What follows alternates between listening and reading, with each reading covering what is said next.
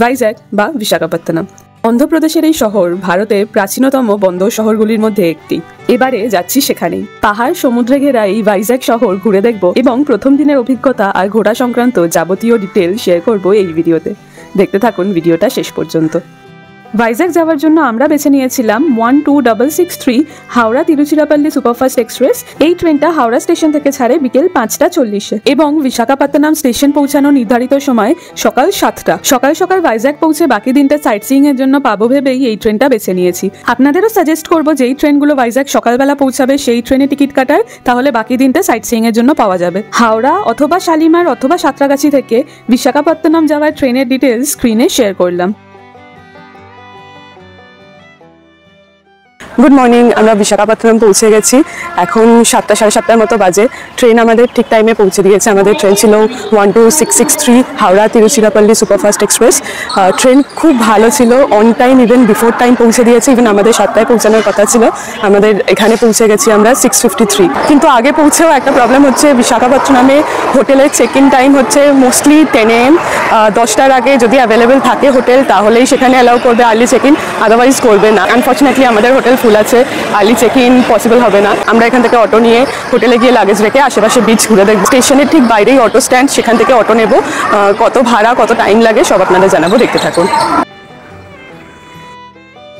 Visakhapatnam station থেকে বেরোলেই পরপর দেখতে পাবেন গাড়ি স্ট্যান্ড। গাড়ি চাইলে এখান থেকেই গাড়ি বুক করতে পারেন। দালালের পাল্লায় না পড়ে ডিরেক্ট গাড়ি ড্রাইভারের সঙ্গে কথা বলুন। স্টেশনের মেইন এক্সিটের বাইরেই রয়েছে অটো স্ট্যান্ড। প্রসঙ্গত বলে রাখি, ট্যুরিস্ট দেখে অটো ভাড়া কিন্তু বেশ বাড়িয়েই বলা হয়। এক্ষেত্রে অটো ভাড়া করার সময় নিশ্চয়ই বার্গেন করবেন। আমাদের হোটেল ছিল আরকে বিচের কাছাকাছি। স্টেশন থেকে আরকে বিচের দূরত্ব 5 কিলোমিটার। স্টেশন থেকে আরকে বিচ যেতে আমাদের 6 জনের পার হেড ভাড়া লেগেছিল 50 টাকা করে। স্টেশন থেকে অলমোস্ট 30 মিনিটসের মধ্যে আমরা পৌঁছালাম আমাদের হোটেলে। সো এটা আমাদের হোটেল ফিল লাইক হোম। এটা হোটেলের থেকে বেশি হোমস্টে বলা যায়। এখন আমরা চেক ইন করছি না, এখন 8:30 মতো বাজে, বিকজ এখানে early check in allowed based on availability. তো এখন গেস্টরা আছে, তো আমরা তাই জন্য চেক ইন করতে পারছি না। তো ইন দ্য মিন টাইম আমরা আরকে বিচ ঘুরে নেব। এই রাস্তাটা একদম সোজা যাচ্ছে আরকে বিচে। এখান থেকে আমাকে লোকেশন ওয়াইজ দেখিয়েছিল 650 মিটার্স মতো। অটো ভাড়া তো আগেই আপনাদের জানালাম কেমন কি ভাড়া আছে। একটা কথা বলে রাখি, এখানে কিন্তু ট্যুরিস্ট দেখে প্রচুর ভাড়া বলা হচ্ছে। আমাকে সাজেস্ট করলেন আমাদের হোটেলের যে কেয়ারটেকার উবার অটো করে নেওয়ার জন্য। তো আমি এখনও চেক করিনি কতটা ভাড়া ডিফারেন্স। আমি ডেফিনেটলি চেক করবো, ডেফিনেটলি আপনাদের বলবো যে কতটা ভাড়া ডিফারেন্স বাকি। যাচ্ছি আরকে বিচ, তো দেখি আশেপাশে কি ব্রেকফাস্টের জায়গা আছে, কি খাবার দাবার পাওয়া যায়, কত দাম, সব কিছু আপনাদের সঙ্গে শেয়ার করবো। বিচের আশেপাশে এখানেও প্রচুর হোটেলস দেখতে পাচ্ছি।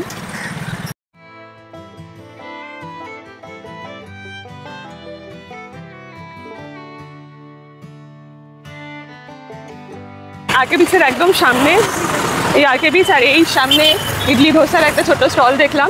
তো এখান থেকে আমরা ইডলি ধোসা ট্রাই করছি। রাগি ওকে, इडली चटनी ओके, डोसा ओके। और रागी कितना है? रागी में 20 rupees. Ragi 20 rupees per plate. One glass all right। Idli 20 rupees। How many pieces will be there in a plate? 3 pieces okay all right। And masala 40। Masala 40। Plain 20, onion 30। Plain 20 and onion 30 okay। এই জায়গাটায় ধোসা করা হচ্ছে। এই ছোট্ট স্টলটায় মশালা dosa, plane dosa দুটোই try করেছিলাম, আর খেতে খুবই সুন্দর ছিল।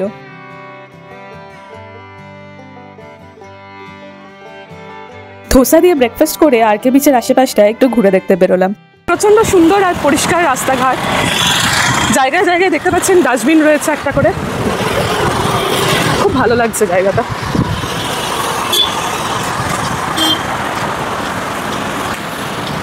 বিচের সাইড দিয়ে এরকম প্রচুর রেস্টুরেন্টসও রয়েছে। এগুলো নট রিয়েলি রেস্টুরেন্টস, এগুলো ফুড কোর্ট মতো।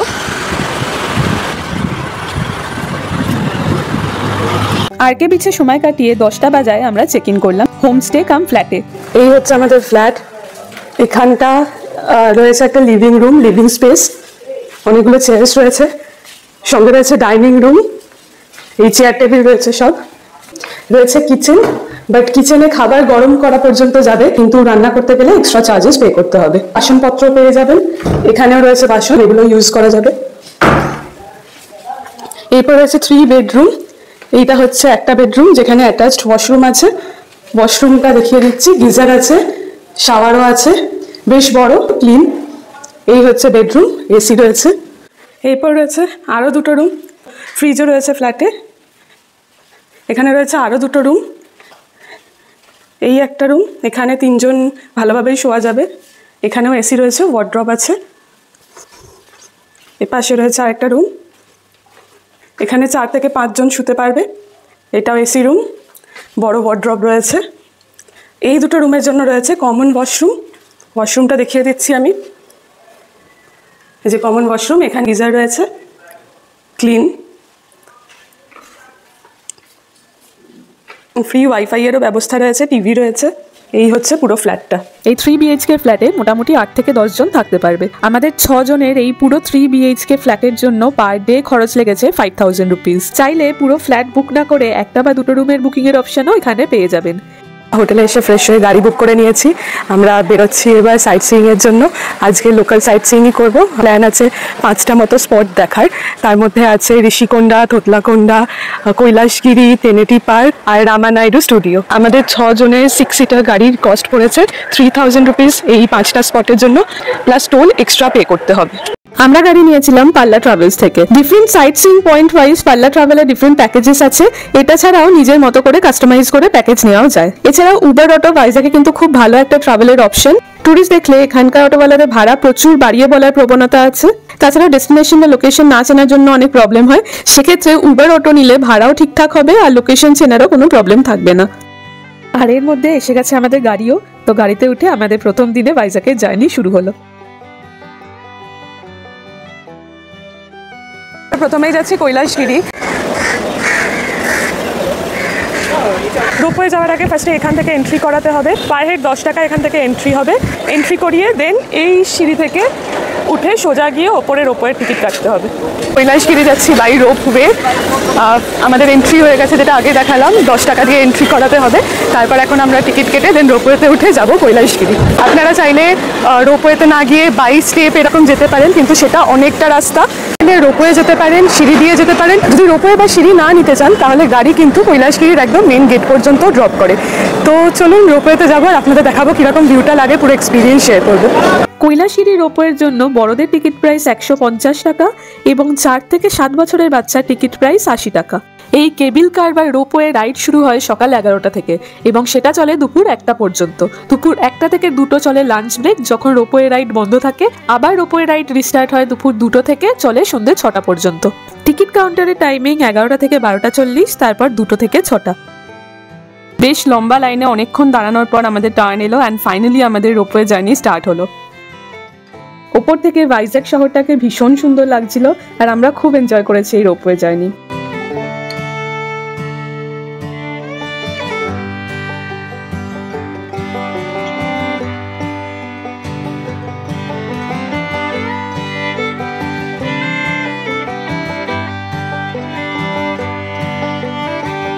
পৌঁছে গেছি কৈলাসগিরি। যেই টিকিটে রোপওয়েতে আপনারা এলেন সেই সেম টিকিটে ব্যাকও করতে পারবেন। বাট একটা কথা মনে রাখবেন, 1টা থেকে 2টো পর্যন্ত এখানে লাঞ্চ ব্রেক। রোপওয়ে সার্ভিসও 1টা থেকে 2টো পর্যন্ত বন্ধ থাকে। কৈলাসগিরি খুব সুন্দর সাজানো গোছানো একটা অ্যামিউজমেন্ট কাম নর্মাল পার্ক। রোপওয়ে থেকে নেমে প্রথমেই চোখে পড়লো বাচ্চাদের বিভিন্ন ধরনের রাইডস, ট্যাম্পোলিন এটসেট্রা। আশেপাশে রয়েছে বেশ কিছু সোভিনিয়ার শপও। কিছু দূর এগিয়ে চোখে পড়লো যার জন্য কৈলাসগিরির নামকরণ হয়েছে কৈলাসগিরির বিখ্যাত শিব পার্বতী মূর্তি। মূর্তির সামনে কিছুক্ষণ সময় কাটিয়ে ফটো তুলে এগিয়ে চললাম বাকি পার্কটা ঘুরে দেখতে। ইতিমধ্যে লাঞ্চ টাইমও হয়ে গেছে। আগেই বললাম এখানে 1টা থেকে 2টো পর্যন্ত লাঞ্চ ব্রেক। তো এই টাইমটা আমরা নিচে যেতে পারবো না, তো তাই এসে গেছি এখানে লাঞ্চ করে নিতে। কৈলাসগিরির ভেতরে প্রচুর লোকাল খাবার দোকান পেয়ে যাবেন। এখানে biryani, fried rice, chilli chicken থেকে শুরু করে লোকাল মিল থালি যেগুলো হয় সেরকমও অনেক কিছু পেয়ে যাবেন। তো আমরাও একটা লোকাল থালি নিয়েছি, যেটা ভেজ থালির দাম 100 টাকা। দেখা যাক কী কী থাকে সেখানে, আর খাবারের টেস্ট কীরকম এখানকার সেটাও আপনাদের জানাচ্ছি। চলে এসেছে আমাদের লোকাল ভেজ থালি, যেখানে রয়েছে সাদা ভাত, সঙ্গে রয়েছে ডাল, এটা বেগুন আর টমেটো দিয়ে একটা সবজি, এটা হচ্ছে বাঁধাকপি তরকারি, এটা আলু মাখা মতো বা আলু কোনো ধরনের সবজি, আর কারি পাতাও দেখতে পাচ্ছি, আলু মাখাই আমার মনে হচ্ছে। তার সঙ্গে রয়েছে দই অ্যান্ড পাঁপড়, সাম্বার, রয়েছে আচার। খাবারের টেস্ট খারাপ না, কিন্তু প্রচণ্ড ঝাল। আমি পার্সোনালি ঝাল প্রেফার করি, বাট আমারও ভীষণ ঝাল লেগেছিল। তো এখানে যারা ঝাল খান না তাদের একটু অসুবিধাই হবে। লাঞ্চ করে ফেরার পথে দেখে নিলাম কাছাকাছি ভিউ পয়েন্টস। ভিউ পয়েন্টে থাকা ম্যাপই কিন্তু আপনার গাইড এখানে। এই ম্যাপে খুব সুন্দরভাবে চিহ্নিত করে দেওয়া আছে ভিউ পয়েন্ট থেকে কোথায় কি দেখতে পাবেন। ইচ্ছে হলে আঁকিয়ে নিতে পারেন নিজের পোর্ট্রেটও। ভিউ পয়েন্ট দেখে এবার এগিয়ে চললাম রোপওয়ের দিকে। এবার ফিরতে হবে। যাওয়ার সময় খেয়াল না করলেও ফেরার পথে এগিয়ে দেখলাম এখানে রয়েছে টয় ট্রেন। এসি এবং নন এসি দু রকমেরই কোচ রয়েছে এই টয় ট্রেনে। এসি কোচের জন্য বড়দের ভাড়া পার হেড 170 টাকা এবং 4 থেকে 8 বছরের বাচ্চাদের ভাড়া 120 টাকা। নন এসির জন্য বড়দের ভাড়া পার হেড 120 টাকা এবং 4 থেকে 8 বছরের বাচ্চাদের পার হেড ভাড়া 100 টাকা। পুরো কৈলাসগিরি পার্ককে 20 মিনিট থেকে আধ ঘন্টার মধ্যে এক পাক ঘুরিয়ে দেখাবে এই টয় ট্রেন। লাঞ্চ ব্রেকের পর রোপওয়ে সার্ভিস আবার রিস্টার্ট হয়েছে। আমরাও এসে লাইনে দাঁড়িয়ে পড়েছি। বাই দ্য ওয়ে, যেই টিকিটে আপনারা আসবেন রোপওয়ে, সেই টিকিট কিন্তু যত্ন করে রাখবেন। যাওয়া আসা সেমি টিকিট। যেই টিকিট কেটে প্রথমে রোপওয়েতে চড়ে এসেছিলেন, ওই একই টিকিট দেখিয়ে নামার সময় নামতে হবে।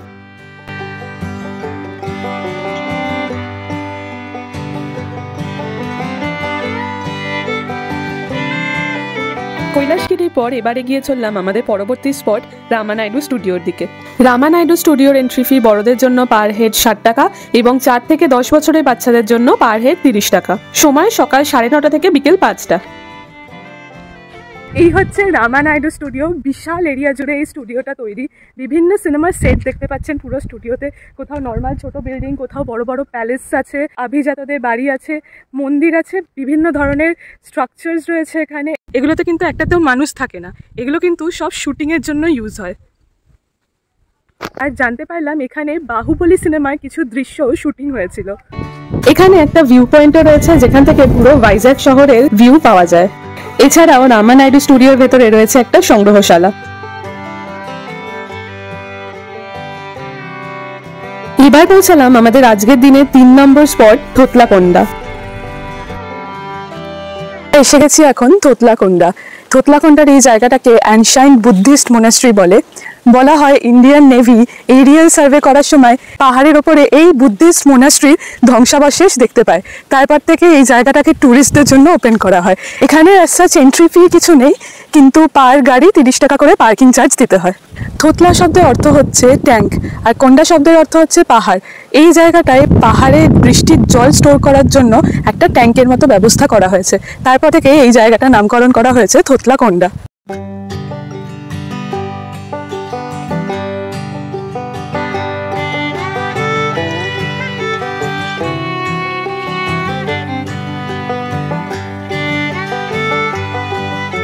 অবভিয়াসলি এটা অ্যানশাইন্ট মোনাস্ট্রি রুইন্স, তো এখানটা খুব বেশি এক্সপেকটেশন নিয়ে আসলে কিন্তু আশাহত হতে হবে।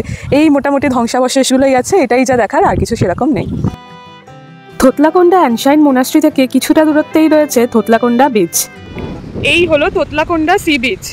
এটা হচ্ছে এই যে পাথরের আর্চটা যেটা দেখতে পাচ্ছেন, এটা হচ্ছে ন্যাচারাল আর্চ। বহু বছর ধরে নোনা জলে পাথর ক্ষয় হতে হতে এইরকম এই থোতলাকোন্ডা বিচে ন্যাচারাল আর্চের সৃষ্টি করেছে। ভাইজ্যাগে এই একমাত্র বিচ রয়েছে যেখানে এরকম ন্যাচারাল আর্চ পাবেন।